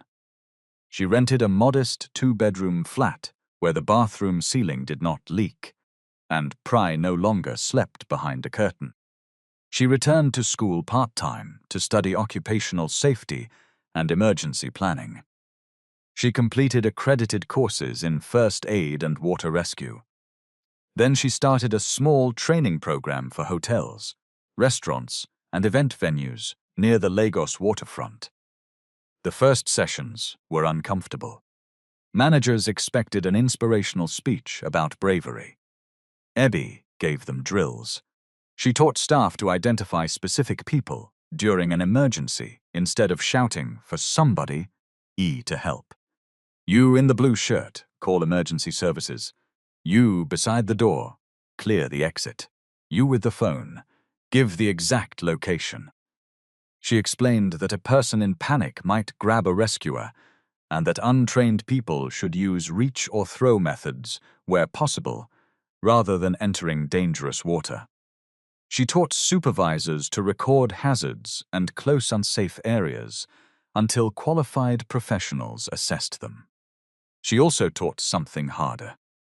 A warning did not become intelligent only after a manager repeated it. Bissy attended the first course. She sat in the back. At the end, Ebi handed her a certificate. Bissy looked at the paper, then at her. "Have you forgiven me?" Ebi considered the question. "I have stopped wanting to punish you. That is not the same, no. Will it ever be? Maybe trust returns like strength after an injury. Small movement first." Bissy nodded. It was not a dramatic reconciliation. It was more honest. Sade changed too, though change came awkwardly. The first time she visited Tariq Alo's office after the investigation, she stood behind his chair and asked, "Would you like me to move this side table?" Tariq looked at her. "You asked." "I am learning." "Yes, please move it." She did. Neither mentioned how difficult such a small question had once been. 6 months after the board hearing, the directors completed the external governance review. Tariq was appointed chief executive by a vote that included new conditions: stronger independent oversight, separation of safety reporting from operations and annual accessibility audits. He accepted, not as a reward for surviving, as a responsibility made heavier by what the company had nearly buried. His first executive visit was not to a gala. It was to a dockworkers' Alo safety meeting. No press attended. He sat for 2 hours while crane operators, cleaners, and drivers described problems middle management had filtered out. Some complaints were minor, some were expensive, all were recorded. Ebi refused Tariq Allo's first job offer. He invited her to become a public ambassador for the company Allo's new safety campaign. She read the proposal and returned it. "You want my face on posters? We also want you to speak. After your communications department approves the words, that is standard. That is advertising." He rubbed his forehead. "You make agreement difficult. You offered me the wrong thing. What is the right thing?" "A seat on the Independent Safety Advisory Panel, voting rights, access to inspection summaries, permission to publish dissent when the company refuses recommendations." Tariq stared at her. "That is not an ambassador." "Correct. It is power." "Correct again," he smiled. "You planned this. I read your governance documents. They are 600 pages. Most of the useful parts are hidden after page 400. He took her proposal to the board. They resisted. He insisted. Ebi joined the panel. Their relationship did not become romantic immediately. For months, they argued more than they agreed. She accused him of using polished language when direct answers would do. He accused her of treating compromise as betrayal. She reminded him that people lower in a hierarchy often paid for executive compromise. He reminded her that a company could not correct every problem in 1 week without stopping operations entirely. Sometimes she was right. Sometimes he was.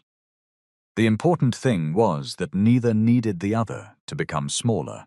Nearly a year after the drowning, they returned to the marina for the reopening of Atlantic Link.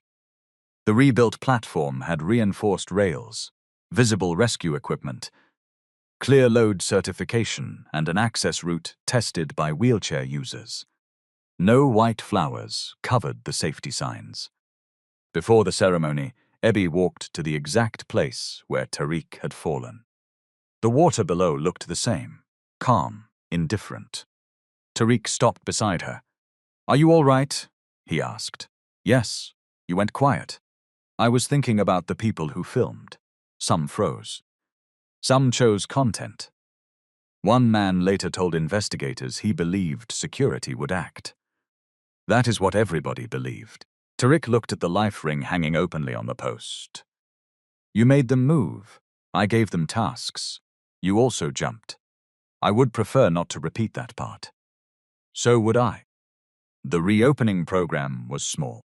No fireworks, no floating stage, no exaggerated claims that the facility was perfectly safe. A plaque near the entrance carried a sentence chosen by the staff advisory group. "No schedule, image, or perfect outranks a human life." After the ceremony, Tariq asked Ebi to dinner. She looked behind him. 3 black vehicles waited near the entrance. "One dinner," she said. "No convoy. That is security. That is a parade. I am the chief executive of a large company. You are a man going to eat pepper soup." He looked towards his security lead. "Can we reduce it to 1 car?" The man looked horrified. Tariq turned back to Ebi. "1 car. And you are paying normal restaurant price. I was planning to pay. Not buying the restaurant because the table is uncomfortable. That happened once. You offered the owner money for a ramp. The entrance was inaccessible. You could fund the ramp without buying the building." He sighed. 1 car. 1 meal. No property acquisition. Ebi smiled, agreed. As they moved towards the exit, a young waiter approached Tariq from behind. He reached for the wheelchair handles, then stopped himself. "Sir, would you like help with the slope?" Tariq glanced at Ebi. She said nothing. This was his answer to give. "No, thank you," he told the waiter, "but I appreciate that you asked." The waiter stepped aside. Tariq moved down the slope independently. Ebi walked beside him, not behind him, and not ahead, beside him. And perhaps that was the truest ending available to them. Not a rescue debt turned into romance. Not a billionaire lifting a poor woman from hardship. Not a disabled man cured so that love could begin. Two adults who had seen each other under pressure, challenged each other without mercy, and learned that respect was not a feeling. It was a practice. In my view, the most dangerous thing at that marina was not the water. It was the decision to ignore a warning, because the person giving it did not have a title. Wealth may change the size of a building, but it does not change the value of the lives inside it. Disability does not erase intelligence. A low-paying job does not erase wisdom. And protecting someone should never mean taking away that person, Alo's right to speak, decide, or take reasonable risks. The details of emergencies differ, but one lesson remains practical. Do not assume somebody else will act. Give clear tasks. Respect trained responders. Keep rescue equipment visible and accessible. Report hazards in writing. And listen to the people closest to the danger. Sometimes one calm voice can turn a frightened crowd into a rescue team. Sometimes one worker Alo's warning can save an entire institution from becoming the thing it was trying to hide. And sometimes justice begins when the person everyone overlooked refuses to disappear.